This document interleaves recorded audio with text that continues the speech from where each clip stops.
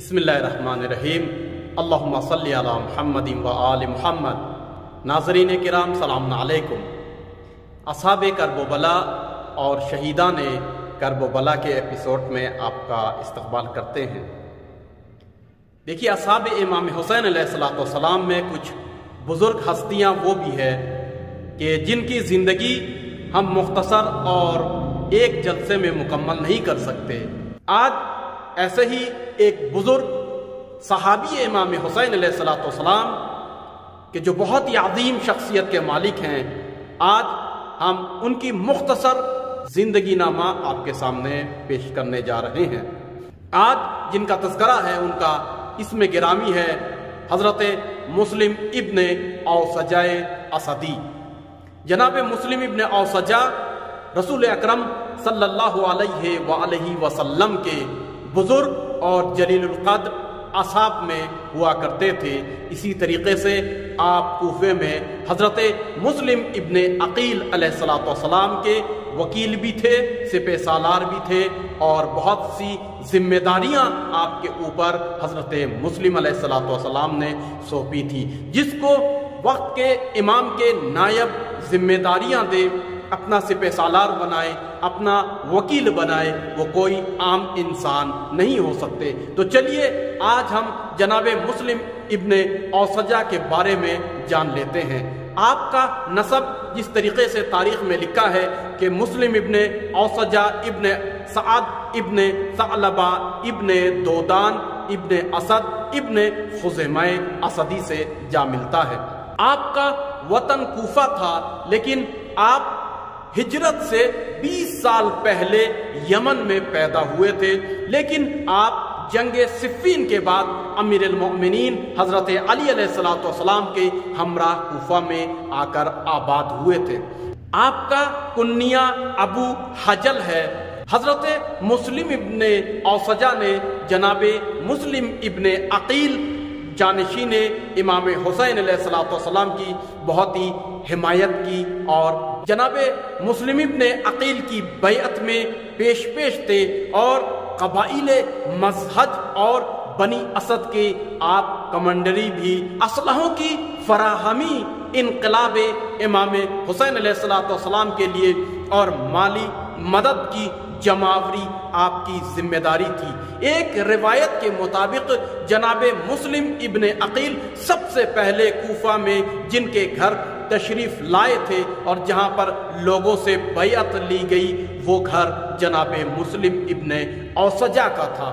لیکن ہوتا یہ ہے کہ عبید اللہ ابن زیاد کو جب معلوم ہوا کہ جناب مسلم ابن عقیل نائب امام حسین کوفے میں لوگوں سے بیعت لے رہے ہیں اور اپنے مشن کو آگے بڑھا رہے ہیں، تو ان کی تلاش شروع کی۔ جب اس کو کوئی راستہ نہیں ملا تو اس نے اپنے ایک غلام کی جس کا نام معقل یا معقل تھا، اس کو لگایا کہ تم ظاہری طور پر محبان اہل بیت ہونے کا دعویٰ کرو اور لشکر جناب مسلم ابن عقیل میں شامل ہو جاؤ اور ان کے ٹھکانہ کا ہمیں پتہ بتاؤ۔ عبید اللہ ابن زیاد نے معقل کو 3000 درہم بھی دیا اور دینے کے بعد بھیجا۔ جب معقل کو کوفے میں تلاش جاری ہوئی تو اس کو سراغ ملا کہ ایک شخص ہے کہ جو جناب مسلم تک ہم کو پہنچا سکتا ہے، لہٰذا وہ آیا، اور آنے کے بعد مسجد کوفہ میں دیکھا ایک شخص عبادت میں مصروف ہے، نماز میں مصروف ہے اور خشوع اور خضوع کے ساتھ عبادت کر رہا ہے۔ بس کیا تھا، اس نے پہچان لیا کہ یہی محب اہل بیت ہو سکتا ہے۔ ایک دن، 2 دن، 3 دن، پھر اس کے بعد جناب مسلم ابن اوسجہ کے پاس گیا، اور جانے کے بعد بہت ہی گریہ و زاری کیا کہ میں شام سے آیا ہوا ہوں، اور جھوٹ، فریب اور مکاری کا لبادہ اوڑھ کر اس نے ایسی گفتگو کی کہ محب اہل بیت ہوں اور میں چاہتا ہوں امام حسین علیہ السلام کے مشن میں مدد کروں، لہٰذا جب مجھے پتہ چلا کوفے میں جناب امام حسین کا نمائندہ حضرت مسلم ابن عقیل آئے ہوئے ہیں، تو میں ان مالی امداد کو لے کر آ گیا ہوں، تم چاہو تو مجھ سے ابھی بیعت بھی لے سکتے ہو اور ہر طرح کے اطمینان حاصل کر سکتے ہو۔ جناب مسلم ابن عقیل نے اپنے طریقے سے متعدد ایسے کام کیے کہ جس سے اطمینان حاصل ہو۔ مثال کے طور پر آپ نے کہا ٹھیک ہے میں کوشش کروں گا، لیکن تم میرے گھر پہ آنا جانا شروع کرو تاکہ مجھے بھی پتا چلے کہ حضرت مسلم ابن عقیل کہاں پر ہے۔ آپ نے احتیاط کا یہ جنبہ اور پہلو اختیار کیا۔ جب وہ شخص متواتر آپ کے گھر آتا جاتا رہا اور اہل بیت اطہار کی محبت کا دم بھرتا رہا، اس کے بعد جناب مسلم ابن عقیل سے ملوایا، اور ملوانے کے بعد وہ پیسہ جو 3000 درہم تھا وہ بھی دلوایا۔ اور مزے کی بات یہ ہے کہ وہ شخص پھر بھی حضرت مسلم کے پاس آتا جاتا رہا۔ ایک ہفتے کے بعد پھر ہوا یہ کہ عبید اللہ ابن زیاد کے سپاہی آ گئے، لہذا جناب مسلم ابن اوسجہ نے حضرت مسلم ابن عقیل کو بتایا کہ آپ کے ٹھکانے کا عبید اللہ ابن زیاد کو معلوم ہو گیا ہے، اب ہم کیا کریں؟ لہٰذا انہی کی مشورت سے جناب مسلم ابن عقیل نے ہانی ابن عروہ کے گھر پر قیام کرنا شروع کیا اور وہیں سے اپنے مشن کو آگے بڑھایا۔ جناب مسلم ابن اوسجہ نے حضرت مسلم ابن عقیل کی لشکر میں بہت ہی نمایاں کردار ادا کیا۔ اسلحوں کو جمع کرتے تھے، چندہ لیتے تھے، مالی امداد لیتے تھے، پھر اس کے بعد لوگوں سے بیعت لیتے تھے، یہاں تک کہ حضرت مسلم ابن عقیل نے آپ کو اجازت دی تھی کہ امام حسین علیہ السلام کی جانب سے تم اور میری جانب سے بیعت لوگوں سے لے سکتے ہو۔ لہذا آپ نے بیعت لی اور سپہ سالاری کا یہ فریضہ بھی آپ نے بخوبی نبھایا۔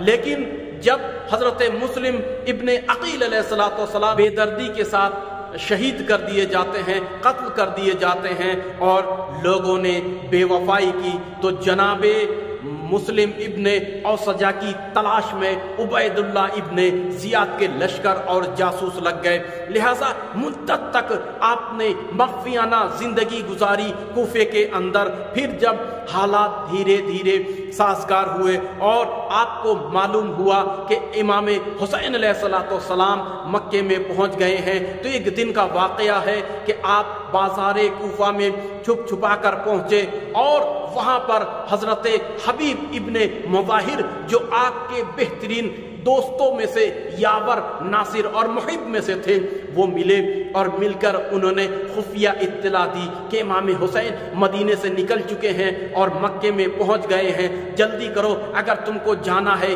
امام حسین علیہ السلام سے ملحق ہونا ہے تو تمام محاصروں کو توڑنا پڑے گا اور چھپ کر ہم کو کوفے سے نکلنا پڑے گا۔ آپ اس وقت ایک دکان پر ہنا خرید رہے تھے۔ جناب حبیب ابن مظاہر کے اس خفیہ خبر سے آپ گھر پر آئے اور آنے کے بعد اپنے پریوار اور فیملی کو ساتھ لیا اور جناب حبیب ابن مظاہر کے ہمراہ آپ کوفے سے چھپ کر نکل پڑے۔ روایت یہ کہتی ہے 7 یا 8 محرم کو آپ اپنے خانوادہ، فیملی اور جناب حبیب ابن مظاہر کے ہمراہ کرب و بلا میں وارد ہوئے۔ آپ کی شخصیت، آپ کے اوصاف حسنہ اور آپ کی فضیلت کے بارے میں یہ ہے کہ آپ 4 وقت کے معصوموں کے صحابہ میں سے ہوا کرتے تھے، یعنی آپ رسول اکرم صلی اللہ علیہ وآلہ وسلم کے صحابی جلیل القدر ہوا کرتے تھے۔ اسی کے ساتھ ساتھ آپ جناب امیر المؤمنین حضرت علی ابن ابی طالب کے اصحاب میں سے ہوا کرتے تھے۔ لہٰذا آپ نے جنگ صفین میں، جنگ نہروان میں اور جنگ جمل میں امیر المؤمنین علیہ السلام کے رکاب میں کارنامہ انجام دیا اور حمایت کی اور امام کی نصرت کی۔ امام علی علیہ السلام کی شہادت کے بعد ملتا یہ ہے کہ آپ امام حسن مجتبی علیہ السلام کے اصحاب و انصار میں سے ہو گئے اور آپ نے امام حسن مجتبی کی بھی مکمل حمایت کی۔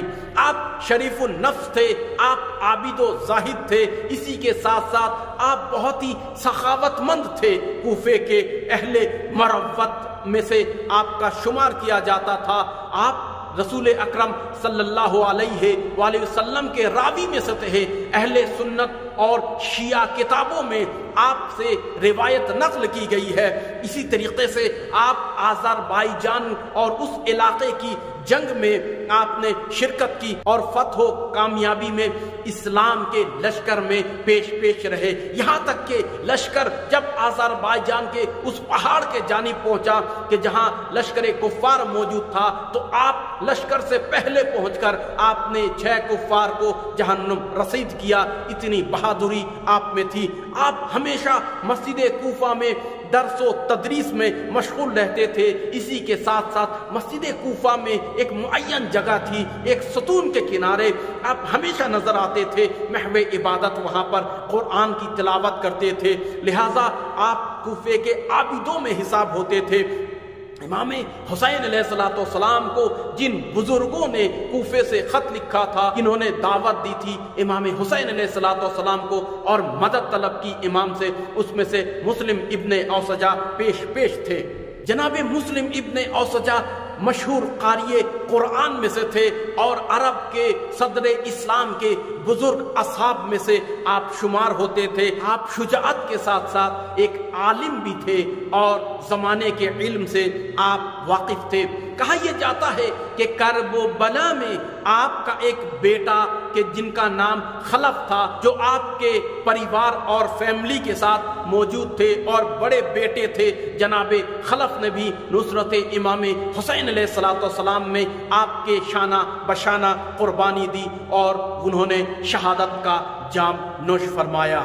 جس جوان کے بارے میں متعدد راوی یہ کہتے ہیں جب خیمے سے ایک جوان باہر آیا تو اس کے پیچھے پیچھے اس کی والدہ بھی تشریف لائیں، یہ وہی نوجوان خلف ابن مسلم ابن اوسجہ تھے کہ جو کرب و بلا میں امام حسین کے اوپر اپنے والد گرامی کی طرح شہید ہوتے ہیں اور جانثاری فرماتے ہیں۔ شب عاشور امام حسین علیہ السلام نے جس وقت شمع کو گل کیا اور آپ نے بیعت اٹھا لی اور یہ فرمایا کہ جس کو جانا ہے وہ جا سکتا ہے، بنی ہاشم کے جوانوں کے بعد سب سے پہلے جن افراد نے اٹھ کر تقریر کی اور امام حسین علیہ السلام سے تجدید بیعت کی، نصرت اور حمایت کا وعدہ کیا، اس میں سے جناب مسلم ابن اوسجہ سب سے پہل تھے۔ فصیح و بلیغ لہجے میں وقت کے امام کے سامنے، تمام اصحاب کے سامنے آپ نے تقریر کی اور اس میں آپ نے فرمایا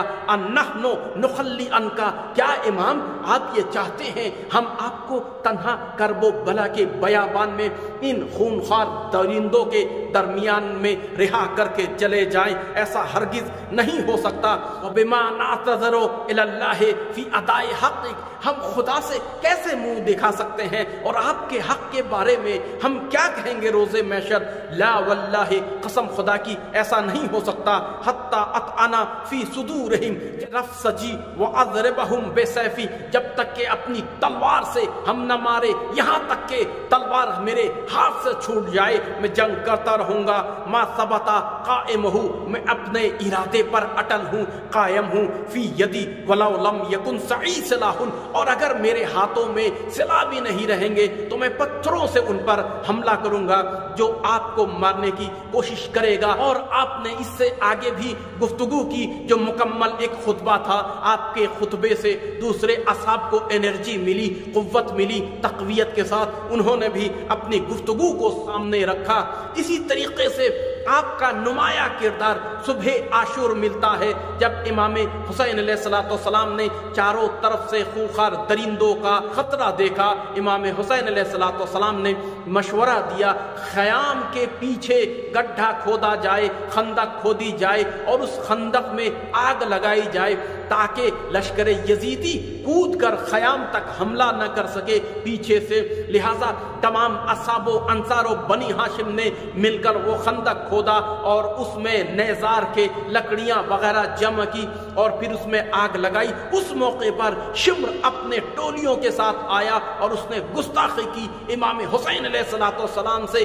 بہرحال میں وہ جملے عرض نہیں کر سکتا جو شمر نے گستاخی کی، لہٰذا امام حسین علیہ السلام نے جواب دیا۔ اس گستاخی کو جناب مسلم ابن اوسجہ تحمل نہیں کر سکے اور ایک مرتبہ کمان میں تیر چڑھایا اور نشانہ سادھا، بس ایک مرتبہ امام حسین علیہ السلام کی جانب دیکھا، کہا یا ابا عبداللہ الحسین، آپ اجازت دیں، میرے کمان اور تیر کی زد میں یہ ناپاک شمر موجود ہے اور میری تیر کبھی خطا نہیں کرتی ہے، آپ اجازت دیں میں اس تیر سے اس کو یہیں واصل جہنم کروں۔ تو ایک مرتبہ امام حسین علیہ السلام نے انکار کیا۔ امام نے تاریخی جملہ فرمایا، لا ترمہی فإنی اکرہ ابدأہم بالقتال، میں نہیں چاہتا جنگ میں پہل کروں۔ جناب مسلم ابن اوسجہ کی شہادت کے بارے میں کہا یہ جاتا ہے کہ کرب و بلا کے میدان میں حملہ اولا میں لشکر امام حسین کے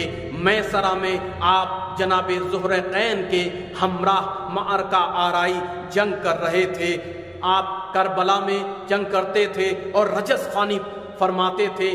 آپ کی رجس کچھ اس طریقے سے ہے، ان تسألوا عنی فإنی ذو لبد من فرع قوم من ذری بنی اسد فمن بخانا حائد عن الرشد وکافر بدین جبار صمد۔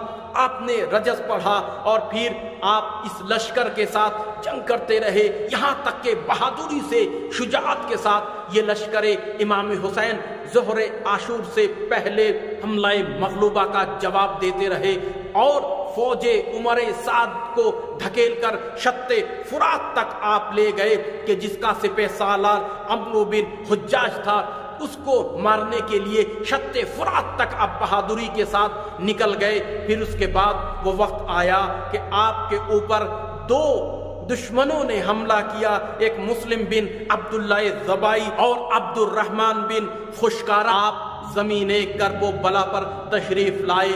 جنگ مغلوبہ جب ختم ہوا، گرد و غبار چھٹا، امام حسین علیہ السلام کو مسلم ابن اوسجہ اسدی کی فکر لاحق ہوئی۔ امام حسین علیہ السلام اور آپ کے دوست حبیب ابن مظاہر تلاش کرتے کرتے ایک مرتبہ شط فرات پر پہنچے۔ امام حسین علیہ السلام نے آپ کو رحمت کی دعائیں دی۔ حضرت مسلم مسکراتے ہوئے امام کی جانب دیکھا، کہا مولا کیا آپ مجھ سے راضی ہیں؟ ہاں، اس مقام پر حضرت حبیب ابن مظاہر جو آپ کے دوست تھے بہت شاق گزرا اور آپ نے فرمایا، اے کاش مسلم ابن اوسجہ مجھے تمہارا یہ حال دیکھنا نصیب نہ ہوتا، کاش میں کچھ دن تک اور زندہ رہتا، مگر میں آج شہید ہوں گا امام حسین کی نصرت میں۔ لیکن پھر بھی میں چاہتا ہوں اگر تمہاری کوئی وصیت ہے تو اس وصیت کو کر ڈالو۔ جناب مسلم ابن اوسجہ نے ایک مرتبہ حبیب ابن مظاہر کو دعائے خیر دی، پھر اس کے بعد اپنی آنکھوں سے اشارہ کیا امام حسین علیہ السلام کی جانب اور آپ نے ایک وصیت کی۔ فرمایا فإنی اوصیک بہذا، میں تمہیں بس اتنی سی وصیت کرتا ہوں، ان بزرگوار کی ان کی حمایت کرنا، فقاتل دونہ حتی تموت، اور ان کے دشمنوں کو قتل کرو یا جب تک کہ تمہاری جان میں جان ہے، جب تک کہ تم قتل نہیں ہو جاتے ہو۔ ہاں، آپ نے ایک تاریخی وصیت کی، اس موقع پر بھی اپنی فکر نہیں تھی بلکہ اپنے امام، اپنے محب، اپنے معشوق کی فکر آپ کو تھی، لہٰذا امام حسین علیہ السلام نے آپ کو دعائیں دی۔ صحابی رسول اکرم صلی اللہ علیہ وآلہ وسلم کرب و بلا کے میدان میں شہید ہو گئے۔ امام حسین علیہ السلام نے آپ کے اوپر مرثیہ فرمایا، پھر اس کے بعد آپ کے جنازے کو شہداء کے خیمے میں لے کر آئے۔ جناب مسلم ابن اوسجہ کی بہادری کے بارے میں کہا یہ جاتا ہے کہ آپ نے تنہا 50 لشکر عمر سعد کو فنار کیا اور آپ جنگ میں بہادری سے لڑتے رہے۔ ہاں، آپ کی شہادت کے بعد متعدد لوگ آپ کے اوپر گریا کرتے رہے، آپ کی اہلیہ بھی اسی طریقے سے، آپ کی کنیز کا شیون اور گریا بہت ہی بلند ہوا، یہاں تک کہ لشکر یزیدی میں ایک شخص جو امام حسین کا بہت ہی دشمن رہا ہے۔ شبس بن ربی اس نے بھی عمر سعد کے لشکر کو جب دیکھا کہ مسلم ابن اوسجا جیسے بہادر کی شہادت کے بعد خوشیاں منا رہے ہیں تو اس نے ڈانٹ ڈپٹ کی، کہا کہ تم کوفے کے بزرگ صحابی رسول اکرم کہ جس کو میں نے جنگ آذربائیجان میں بہادری کے ساتھ لڑتے ہوئے دیکھا، قاری قرآن تھا، عالم تھا، اس کی شہادت پر اتنا خوشی منا رہے ہو، تمہیں یہ زیب نہیں دیتا کہ تم کوفے کے ایک بزرگ صحابی رسول اکرم کی شہادت پر اس طریقے سے خوشیاں مناؤ۔ بہرحال فضیلت وہی ہے کہ دشمن بھی جس کا اقرار کرے۔ آپ اتنے جلیل القدر تھے کہ دشمن بھی آپ کی شہادت سے ناراض ہوا۔ متعدد زیارت میں آپ کے اوپر سلام بھیجا گیا، زیارت ناحیہ میں، زیارت رجبیہ میں آپ کے اوپر وقت کے امام مہدی عجل اللہ تعالی فرج شریف نے بہت طولانی سلام بھیجا ہے۔ ہمارا بھی آپ کے اوپر سلام ہو اے مسلم ابن اوسجہ اسدی۔